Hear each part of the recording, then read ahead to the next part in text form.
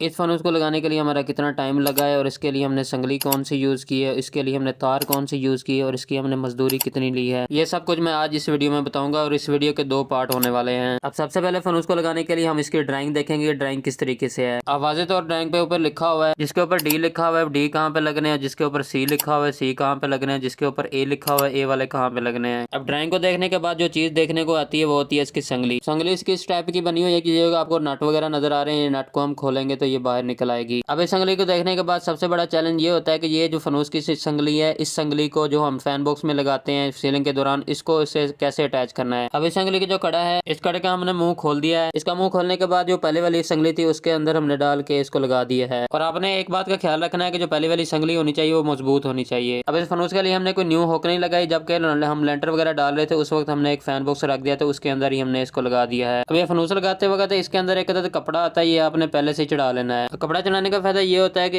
एक तो इसकी जो संगली है वो छुप जाएगी और दूसरा जो तार आपको नजर आ रही होती है ये छुप जाती है। अब उसके बाद हम इसका कनेक्शन करेंगे। अब इसके लिए जो हमने तार डाली हुई है वो 329 की डाली हुई है। अब इसके लिए 329 की तार भी बहुत होती है, उसकी वजह ये होती है कि इसके अंदर 20 बल्ब है और 20 बल्ब जो है वो 6 वाट के बल्ब है। मतलब एक जो बल्ब है वो 6 वाट का है, तो टोटल हमारे जो वाट बन गए वो 120 वाट बन गए। मतलब 120 वाट के लिए मेरे नहीं ख्याल कि हमें 729 की तार डालनी चाहिए, 736 की डालनी चाहिए। इसके लिए जो 329 की तार है वही काफी है। अब उसके बाद हम इसके अंदर बल्ब वगैरह लगाएंगे। बल्ब आपने पहले लगा लेने हैं। अब बल्ब पहले लगाने की वजह ये होती है कि अगर बाद में अगर आपने बल्ब लगाया तो आप मुश्किलात का सामना करना पड़ेगा। उसकी वजह ये होती है कि आपने पहले ही क्रिस्टल लगा देंगे तो उसके बाद बल्ब बहुत मुश्किल से लगेंगे। अब उसके बाद आपने ये देखना है कि बी वाले किधर लगने हैं, सी वाले किधर लगने हैं और डी वाले जो क्रिस्टल है वो आपने किधर लगाने हैं। और एक बात का आपने बहुत ही ख्याल रखना है कि घर के ओनर से आपने पहले पूछ लेना है कि भैया ये ड्राइंग है इसके मुताबिक लगाने हैं या आपकी मर्जी के मुताबिक लगाने हैं। अब मैं ऐसा इस वजह से कह रहा हूँ क्योंकि हमने ड्राइंग के मुताबिक इसके क्रिस्टल लगाए थे, लेकिन घर के ओनर ने आके सब कुछ चेंज करवा दिया था। अब इसके जो क्रिस्टल है बहुत ही एहतियात से लगाने पड़ते हैं। इसकी वजह ये होती है कि अगर इनमें से एक भी नीचे गिर गया तो ये टूट सकते हैं। अब इसकी टाइम की बात कर लेते हैं कि हमारा इसको लगाने में कितना टाइम लगा है। अब इसको लगाने में कम से कम हमारे 2 से 3 घंटे लग गए थे। 2 से 3 घंटों के दरमियान हमने वीडियो भी बनाई थी और इसको लगाया भी था। अब ये जो मैं क्रिस्टल लगा रहा हूँ ये बने बनाए भी आते हैं, अगर बने बनाए भी आएंगे तो ये उसके अंदर बिखरे होते हैं, इसको फिर से जोड़ना पड़ता है। अब इसको फनूस की जो हाइट थी वो डबल हाइट थी, इस वजह से हम थोड़ा सा एहतियात भी कर रहे थे। अगर आप इसको पहली दफा लगाएंगे तो आपका टाइम ज्यादा भी लग सकता है और कम भी लग सकता है। अब इसके अंदर जो क्रिस्टल होते हैं वो 2 किस्म के होते हैं। एक जो क्रिस्टल होता है वो छोटे क्रिस्टल होते हैं जो मैं लगा रहा हूँ उस साइड पे। अब दूसरा जो क्रिस्टल होता है वो लंबे क्रिस्टल होते हैं, उसके अंदर लंबे क्रिस्टल भी होते हैं और छोटे क्रिस्टल भी मिक्स होते हैं। अब इसको लगाने का तरीका ये है कि हम एक साइड पे बड़े क्रिस्टल लगा रहे थे और दूसरी साइड पे छोटे क्रिस्टल लगा रहे थे। अब उसके बाद जो ऊपर वाली साइड पे लगने थे वो छोटे क्रिस्टल लगने थे। आप जैसा कि यहाँ पे देख सकते हैं कि एक साइड पे एक जैसे क्रिस्टल लगे हुए और दूसरी साइड पे